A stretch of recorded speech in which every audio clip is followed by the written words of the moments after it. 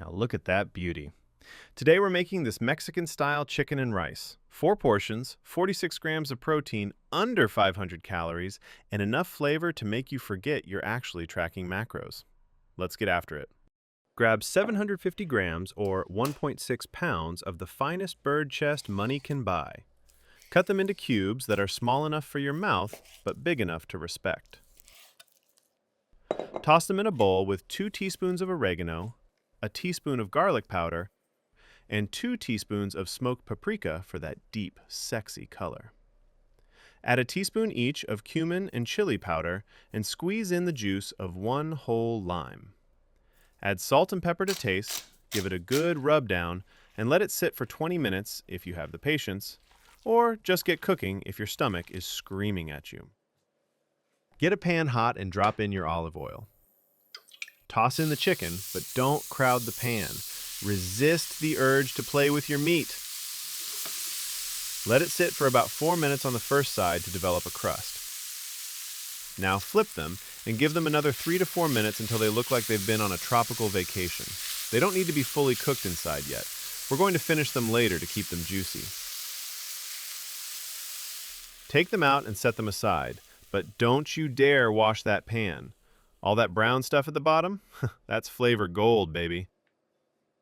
Turn the heat down a touch and drop in 1 finely diced onion. Sauté it for 2 to 3 minutes until it starts to soften and pick up the chicken bits. Next, toss in 1 diced red bell pepper and cook for another 2 minutes.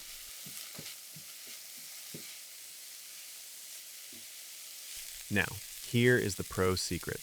Add 1 teaspoon of tomato paste. You want to fry the paste for about 60 seconds until it turns a deep brick red. This adds a massive umami punch to the whole dish. It's a small step that makes you look like a Michelin star chef. Now we add 210 grams, that's 1 cup, of thoroughly washed long grain rice. If you don't wash your rice, we can't be friends. Get that starch off. Throw in 100 grams or 3.5 ounces of rinsed black beans for that extra fiber and protein. By the way, black beans are actually a superfood packed with anthocyanins, which are great for your heart. We also add your rice spices now: oregano, smoked paprika, cumin, and chili. Toast everything for 2 minutes until the rice looks slightly translucent. By the way, now is the perfect time to hit that like button and subscribe so the algorithm knows you have great taste. Now, pour in 1 can of diced tomatoes and 350 milliliters, about 1.5 cups, of hot chicken broth. Also throw in a single bay leaf for that aromatic background note. Bring it to a boil, then immediately drop the heat to low. Put the lid on and walk away for 20 minutes. You need the steam to work its magic on the rice. Treat it like your ex.